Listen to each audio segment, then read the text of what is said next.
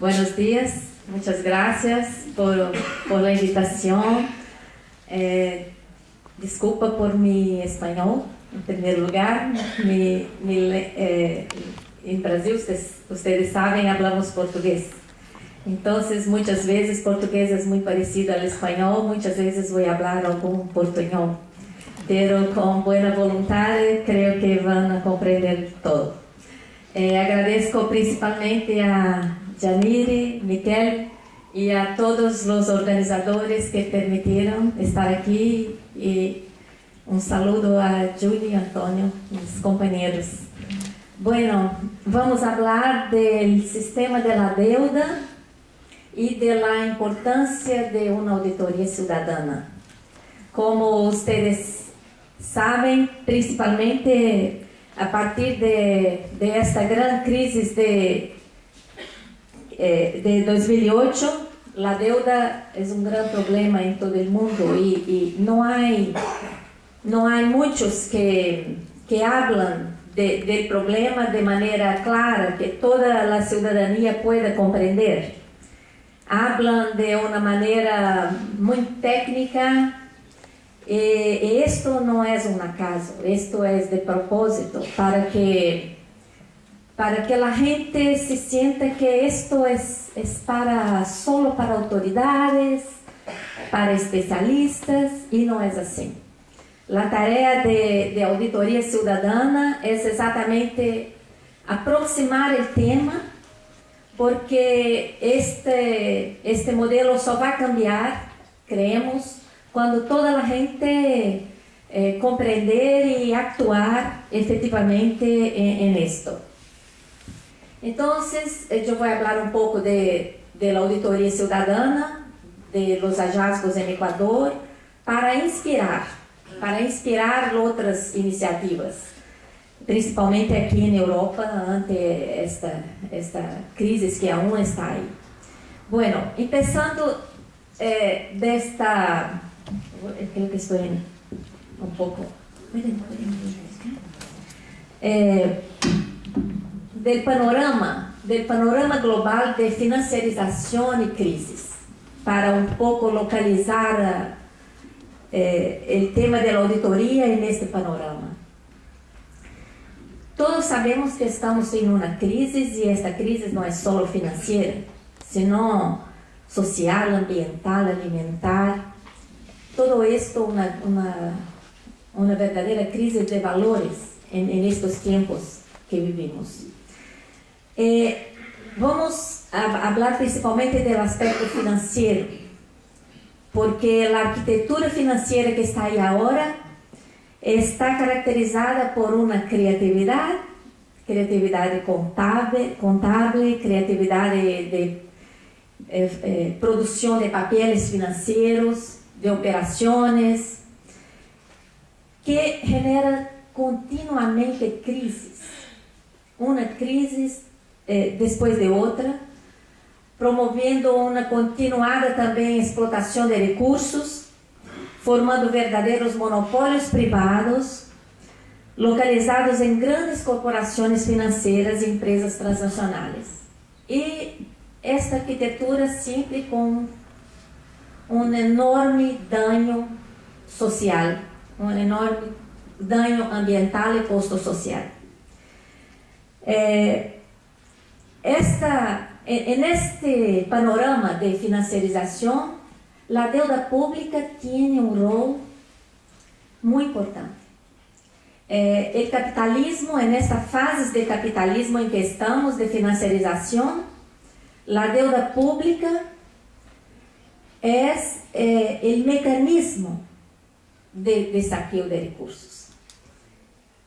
Así que muchos creen, en general todos creen, que si hay una deuda, hubo una entrega de recursos. Bueno, en las auditorías ciudadanas hemos percebido, encontrado que no ha sido siempre así. La auditoría ciudadana va a permitir compreender los mecanismos que generan deuda. Porque no podemos simplesmente hacer un discurso hay deuda, pero no hubo la entrega de recursos. Hay que probar. Hay que probarlo.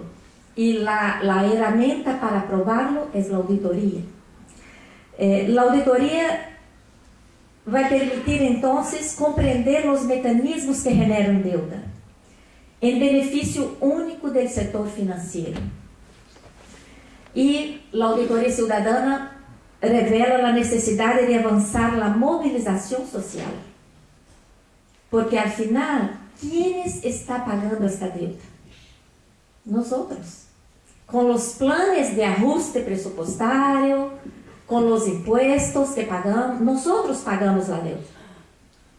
¿Y quiénes tienen que incidir en esta realidad y actuar efectivamente para cambiar esta realidad? Nosotros. Y el camino es el camino de conocimiento. La auditoría es la herramienta que va a permitir incidir sobre este modelo y también para construir una nueva arquitectura financiera. Porque si no cambiamos la arquitectura, enfrentamos el sistema de la deuda, terminamos con la deuda y mañana otra deuda se genera. Porque es parte del modelo, es parte del sistema capitalista financierizado que está ahí ahora. Bueno, el objetivo de auditoría ciudadana no es simplesmente conocer la deuda, hablar de números, hablar de mecanismos, sino que buscar un otro modelo con más justicia y equidad social. Entonces, este es el panorama en que hablamos. Bueno, como ustedes saben, esta fase del capitalismo que estamos es la llamada financiarización. Esta fase empezó principalmente en los años 70 y el primer paso importante de esta fase fue el fin de la paridad del dólar con el oro. En 1971, en un domingo, 15 de agosto, el presidente de Estados Unidos, Nixon, vino al TV y simplemente anunció: a partir de hoy no hay más la paridad de dólar con oro, que era un compromiso ajustado desde Bretton Woods en 44. Bueno, ¿qué esto permitió? Con el fin de la paridad, esto permitió simplemente la producción de moneda y su distribución por medio de la banca para principalmente a la fecha, ofreciendo préstamos a países de terceiro mundo, y Brasil, mi país, fue uno de los destinos de este exceso de liquidez de los años 70. Esto llevó al sector financiero un poder muy grande, porque hubo la utilización de instrumentos financieros generados principalmente por deudas, porque la banca ofreció préstamos a los países, y tanto al sector público como al sector privado, generando una aceleración. En la década de 70, en Brasil, por ejemplo, y todos los países de la región, las deudas crecieron 700% en una década. Se multiplicó por 7, en algunos países se multiplicó por 10 veces en una década. Bueno, esta financiarización actualmente está caracterizada por la concentración de poder en el sistema financiero. Ustedes ven esto acá en Europa también, actualmente, con la utilización de avances tecnológicos, esquemas de reengenharia financiera, falta de supervisión. La banca tiene acceso a paraísos fiscales, puede crear productos bancarios y tiene el secreto bancario. Entonces, toda esta estrategia garantiza la expansión y la continuada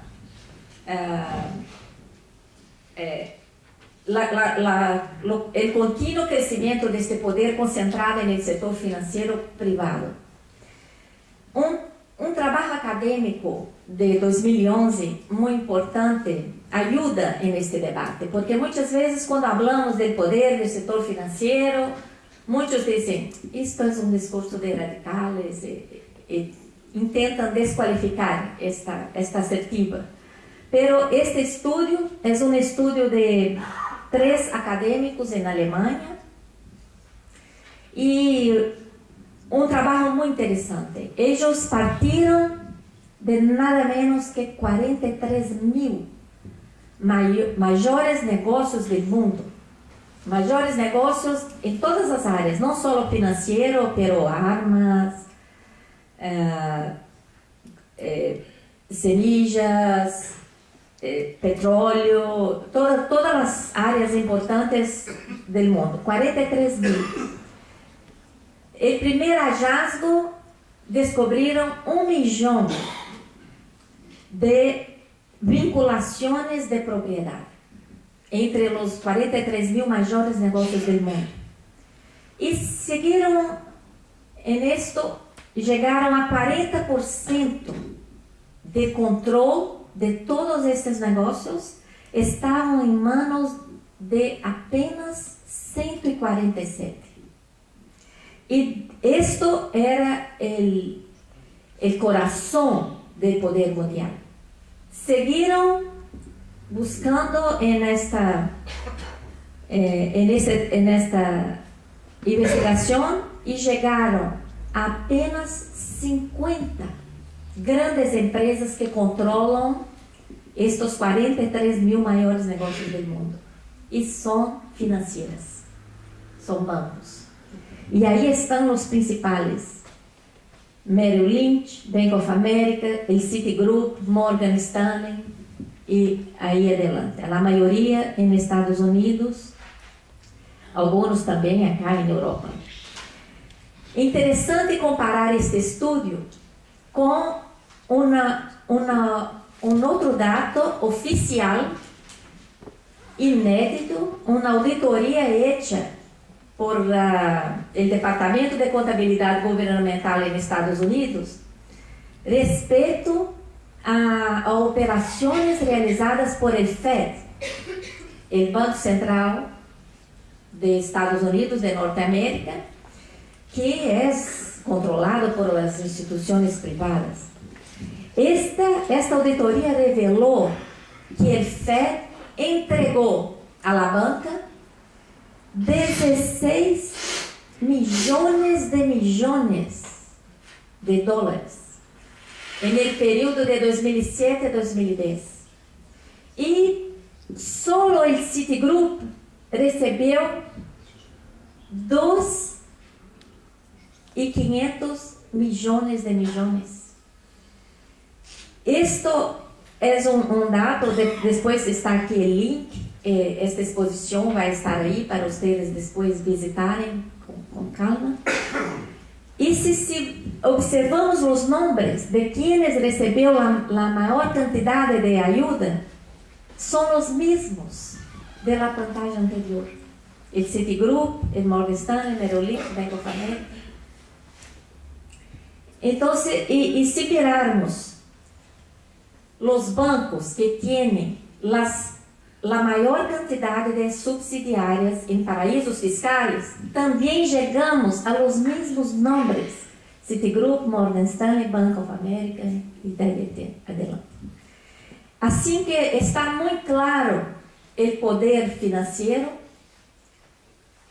que controla los negocios mundiales, que controlan, que reciben ayuda cuando producen los derivados de todo y están en riesgo de quiebra, reciben ayuda, E também estão em paraísos fiscais para onde levam suas ganâncias e não pagam os impostos que nós outros temos que pagar.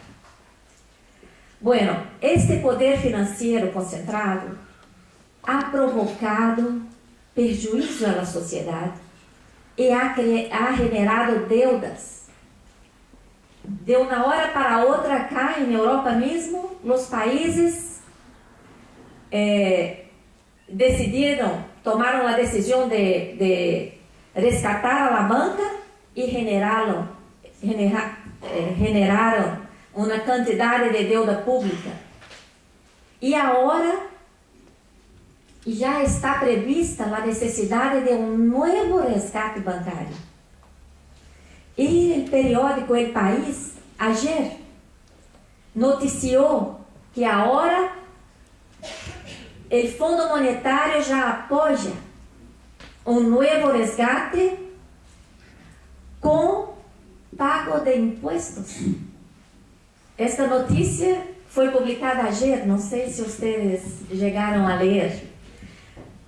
E é muito interessante que se diz que os governos que intervieron tras o derrumbe de 2008, proporcionando liquidez às entidades em dificuldades com o argumento de que era necessário salvaguardar a estabilidade financeira, pero esta espécie de seguro de la gran banca, señalan os analistas do fundo, cria uma distorção da competência e favorece a toma excessiva de risco e tem um custo ruinoso para o contribuinte. Se esperava que a crise hubiera servido para romper com este princípio, sin embargo, se deu um incentivo para que os grandes bancos cresceram aún mais.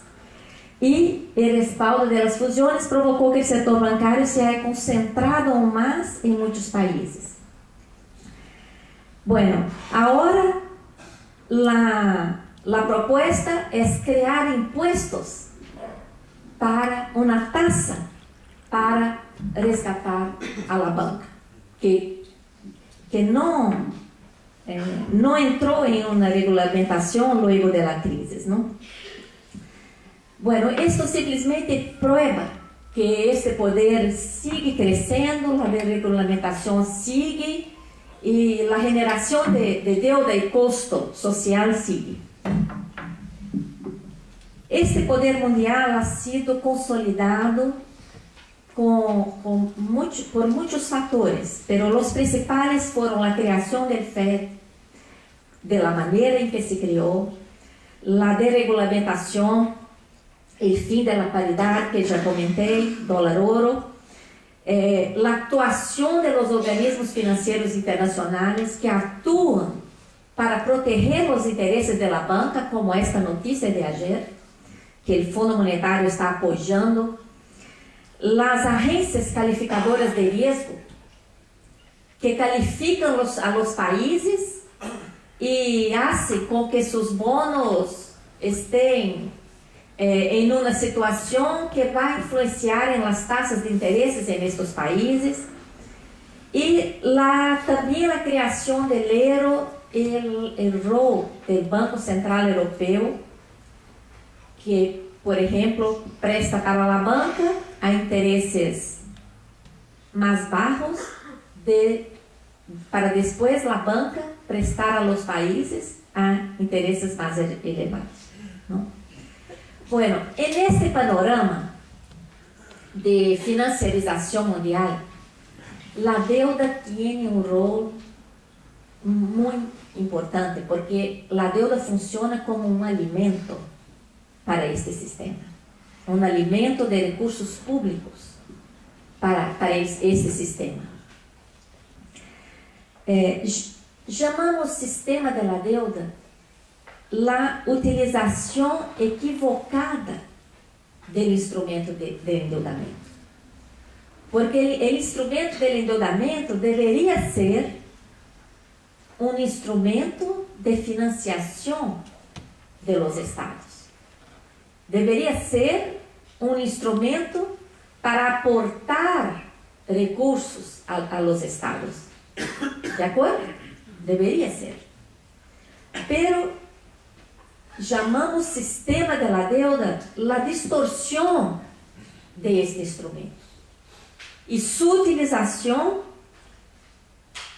em benefício único do setor financeiro, é decir, sua utilização à la inversa, retirando recursos de los estados em vez de aportá-los, lo que ha viabilizado um grande esquema de dominação mundial. E o sistema de la deuda está conectado com os principais pilares de funcionamento do Estado. Por exemplo, como opera o sistema de la deuda? Opera, por exemplo, actuando no modelo econômico e no modelo tributário. De que maneira? Esses modelos estão orientados para o privilégio da deuda. Por exemplo, em Brasil, desde os 80, a meta número 1 que temos que alcançar é a economia para pagar a deuda. É a implementação de medidas de ajuste presupuestário, recorte de gastos de direitos sociais para pagar a deuda, o controle inflacionário, não porque há que controlar a inflação, pero em nosso país este discurso de controle inflacionário está conectado com as altas taxas de interesse para privilegiar o sistema. E, además de anti-reformas, em geral, hacemos reformas para melhorar as coisas, não? Quando hacemos uma reforma em nossa casa, é para melhorar. Pero as reformas que nos impõem são anti-reformas. São reformas para empeorar, pero isto tem um sentido, o sentido de privilegiar o pago de deudas. Arreglos contábeis. Um hallazgo que o sistema de la deuda ha obtenido é incluso o cambio de regras contábeis e arreglos para privilegiar o sistema. Entre outras medidas impostas por organismos internacionais. Então, um conjunto de medidas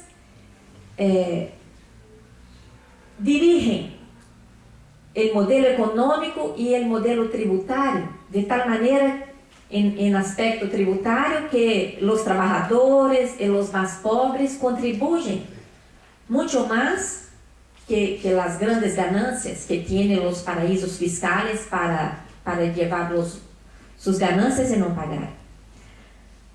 Outra área de operação do sistema de la deuda são as regras jurídicas. Normas legais han sido cambiadas em privilégio deste sistema.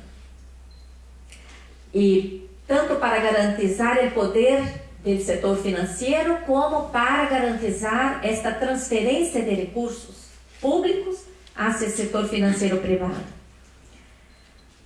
Outro aspecto, o poder político. Quienes financiam a maioria das campanhas eleitorais? O poder financeiro financia muitas campanhas e luego exigem a atuação destes parlamentares ou de autoridades do Executivo que ganham as eleições financiadas por eles para adotar as medidas. E outra forma é diretamente a indicação da tecnocracia para assumir o poder, como assistimos em Grécia, em Itália, com a simples substituição do dirigente por um tecnócrata. Também a corrupção. la corrupción sirve al sistema de la deuda de dos maneras. Primero, para desviar la atención. Con la corrupción que sirve de noticia, de tal manera que las personas piensan que el problema del país es determinada corrupción aquí, allá, y no el problema de la deuda. Pocas personas perciben la importancia del daño provocado por la deuda. Piensan que es la corrupción. Que por supuesto tenemos que luchar contra la corrupción, pero no podemos dejar que esta corrupción sirva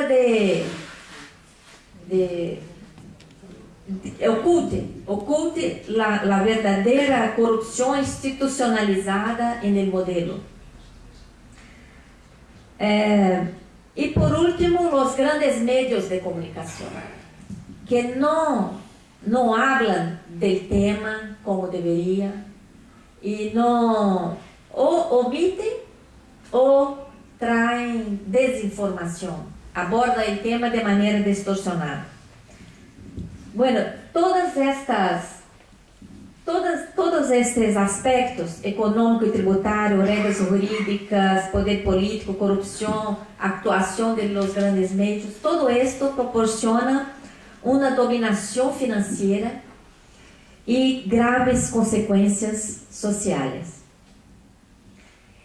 Nesse trabalho de auditoria cidadana na América Latina, mirando não só o Brasil, mas o Equador, Argentina, outros países, e mirando também a atuação em Europa, principalmente a partir da crise, pudimos determinar a evidência da aplicação de um mesmo modus operandi neste sistema de la deuda. Em los dois casos, o problema empieza com uma crise financeira provocada por el setor financeiro. Esto se verificou acá em 2008, em Latinoamérica, em los anos 80. Luego de la crisis abre el espaço para a atuação do Fundo Monetário Internacional. E aí, o Fundo Monetário Internacional vem com a intervenção e seus planos. Luego de la intervención del fondo, vienen las negociaciones de la deuda. La deuda es el problema y luego vienen las negociaciones. ¿De qué tipo? Negociaciones que garantizan la transferencia de recursos públicos a los mismos bancos que provocaron la crisis. Esto se viró acá con los resgates bancarios y ahora otro resgate virá com pago de taxas, e em Latinoamérica foi um absurdo a transferência de recursos para a banca privada e mais a transformação de deudas, de passivos da banca privada em deudas públicas. Este é o próximo item que eu ia falar, a transformação de deudas privadas em deudas públicas, principalmente deudas privadas de transnacionales y de la misma banca privada. Luego verificamos esquemas de contabilidade criativa utilizada por la banca privada acreedora. São esquemas contábeis para tapar, para encobrir esta transferência. Desta maneira, temos a continuada generação de deuda pública. La principal característica del sistema de la deuda es la generación de deuda sin la entrega de recursos, sin la contrapartida. Verificamos também la reciclaje de papeles mediante su transformación en nuevas deudas y seguidos de procesos de privatización, porque hay que pagar la deuda. E para pagar a deuda, vem a venda do patrimônio público para pagar a deuda. Assim que em Latinoamérica, em la década de 90, 70% do patrimônio nacional foi privatizado. E agora estamos privatizando puertos, aeroportos, petróleo, uma lástima. O resultado de todas essas medidas que repetem em uma série de países, em medidas muito parecidas, claro, cada um com suas circunstâncias históricas, pero muito parecido o esquema. Luego, profundos custos e danos sociais. O desemprego, o recorte de direitos e todo. E uma marca, ausência de transparência, ausência de acesso a documentos que revelem a verdade das negociações. Este é o esquema. E eu pergunto, quantas vezes nós, em cada um de nossos países, vamos simplesmente assistir a isto? Quando isto vai cambiar? Nós creemos que isto só vai cambiar quando a cidadania, a gente que sofre estes danos, entrar, incidir sobre esta realidade para cambiar. Se nós não sabemos que isto é um esquema, que isto se repite aqui e allá, isto seguirá repetindo. Esta será a história. E nesse sentido, a auditoria cidadã é uma importante ferramenta, porque permite conhecimento e permite a mobilização social. Bueno, exemplos de alguns mecanismos que generam deuda, para não estar falando de generação de deuda só em teoria. Uma é a oferta excessiva, como luego do fim da paridade dólar-ouro, a banca ofereceu créditos como uma verdadeira sedução. Não sei se vocês já conhecem o livro e também a película Confissões de um assassino econômico. Conhecem? Confissões de um sicário econômico. Esto é um exemplo de um agente do sistema financeiro a la fecha, que ele mesmo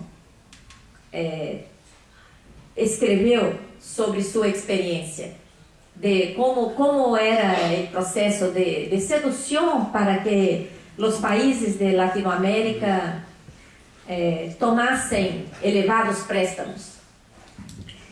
E luego, a mesma banca controlava a taxa de interesse internacional. Ofereceram créditos a taxa de 4, 5%, e luego passaram essas taxas para mais de 20% ao ano. Aí criaram a crise dos anos 80. Assim foi para nós outros. Outra maneira de generar deuda: financiação de ditaduras militares. Esta foi outra característica em Latinoamérica. O processo foi financiado com créditos secretos, generando deuda totalmente contra nossos interesses, e nós outros é que temos que pagar depois. Também financiação de eleições, guerras, préstamos ligados, é outra maneira, canjes sucessivos. Eu vou mostrar algumas pantagens do trabalho do Equador, como os canjes fazem com que a deuda cresça. A cada canje cresce a deuda. Medidas macroeconômicas que simplesmente generam deuda, capitalização de custos, transformação de deudas privadas, financiação de megaprojetos. Julie vai falar de isto. Salvataje, resgate bancário. Eu pergunto a vocês: resgataram um banco, não um banco que está com problemas porque financiou o setor público, financiou importantes projetos para a sociedade. Não. Resgatar bancos que entraram na aventura de los derivados e todo. Resgatar este tipo de operação. Isto é deuda pública? O que o Estado ha recebido por resgatar a uma instituição assim? Aí temos que entrar. O modelo tributário não equitativo também é uma maneira de generar deuda, porque o Estado não recebe todos os tributos a que deveria cobrar, e aí tem que buscar financiação. E negócios especulativos com bônus, este é o caso de Grécia, depois, se querem, podemos dar exemplos. Bueno, a quienes la deuda ha servido? La deuda ha sido um instrumento de financiação, como aprendemos em los livros de economia? Ou la deuda ha sido um instrumento do poder financeiro que utiliza a deuda pública como um mecanismo de transferência de recursos do setor público para o setor financeiro privado? Isto uma auditoria que poderá responder e provar. A auditoria da deuda tem que ver com o direito de informação. E uma auditoria é mais forte. Por quê? Porque cada palavra, cada linha, cada afirmação em um informe de auditoria tem que estar basado em provas e documentos. A auditoria evidencia o verdadeiro rol da deuda pública nestes tempos, viabilizando ações políticas e legais a partir de um informe de auditoria. La sociedade civil ou o poder público podem empezar ações concretas. E na auditoria tem amparo em muitas normas de direito. O último capítulo deste livro que estamos lançando hoje habla de los aspectos jurídicos que enforçam esta iniciativa de auditoria. Uma coisa importante, muitas pessoas pensam, a auditoria é só contábil. Não. A auditoria que nós defendemos é uma auditoria integral. É uma auditoria que vai responder qual é o origen da deuda. O país, de hecho, recebeu a quantidade de dinheiro que está aí, em las cifras. Em que foi invertido o dinheiro? Quem são os beneficiários destes préstamos? Que mecanismos e processos generaram deuda? Que deudas privadas se transformaram em deudas públicas? Quanta deuda pública ha sido generada por el resgate bancário? Qual é a responsabilidade de los bancos? Não só os bancos privados, como os bancos centrais na generação de deuda pública. Qual é a responsabilidade das agências de classificação de risco? Qual é a responsabilidade do Fundo Monetário e organismos internacionais? E, además, quais são os impactos sociais, de gênero, regionais, ecológicos, sobre nacionalidades e pueblos provocados por el processo de endeudamento? Este último foi um dos objetivos da auditoria do Equador, os impactos sociais. Então, como vocês podem ver, a auditoria não está restrita a aspectos contábeis. E, además, nós temos que estudar o endeudamento com os aspectos circundantes ao esquema da deuda, com as medidas adotadas, com a interferência no modelo econômico e no modelo tributário. para compreender o sistema da deuda. A deuda não é algo aislado. Bueno, para concluir um pouco esta parte da auditoria.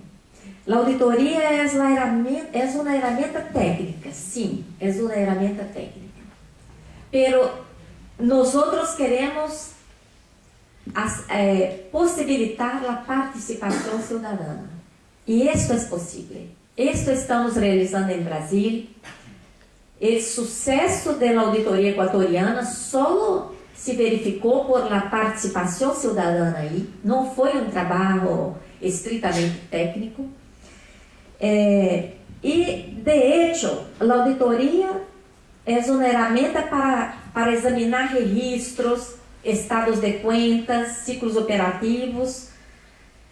Esta parte é técnica, por isso é importante ter auditores, contadores no grupo de auditoria cidadã.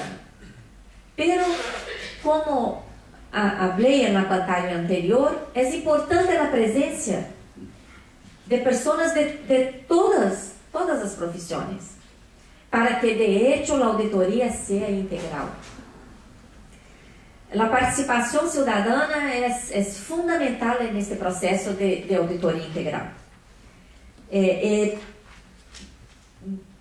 Por el hecho de la relevância monetária da deuda pública e seus efeitos em los presupuestos gubernamentales, é necessário a permanente realização de auditoria, orientada a investigar todo o processo de endeudamento para determinar que deudas são as que os pueblos estão pagando. E se essas contêm vícios, fraudes, se são legais, ilegítimas, de tal maneira que se pueda revelar toda a verdade neste processo. Com isto, vamos concluindo. O instrumento de endeudamento público ha sido utilizado por el setor financeiro como um mecanismo de saqueo de recursos públicos.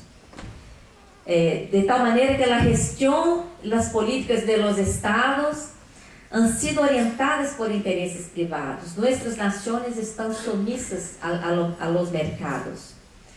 Com nosso desarrollo socioeconômico travado. O sistema da deuda reproduzindo-se em âmbito de los estados, assim como em âmbito internacional e interno de las províncias e assim por delante. Com as consequências de sacrifício social, exclusão, miséria e violência. Para enfrentar esse sistema, temos que ter estratégias de ação. A primeira estratégia é o conhecimento desta realidade financeira. Construir uma mobilização social consciente e partir para ações concretas. Primeiro ponto, a participação social efetiva em processos de auditoria cidadã. A democratização do conhecimento da realidade financeira. Em Brasil, estamos formando os núcleos em universidades e em várias províncias. Temos que rever a política monetária, fiscal e garantizar a distribuição da renda e justiça social. Temos que rever a arquitetura financeira mundial. Temos que entrar neste tema e construir propostas para atender aos direitos humanos, garantizar transparência e acesso à verdade. Dejo aí esta frase de nossa amiga Miriam Ayala del Equador, que trabalhou muito em la elaboração deste livro. A experiência de auditoria cidadã deve servir para inspirar a outras iniciativas e recortar tempo para as lutas sociais contra a esclavitud econômica imposta por el sistema da deuda. Assim que, adelante. Gracias.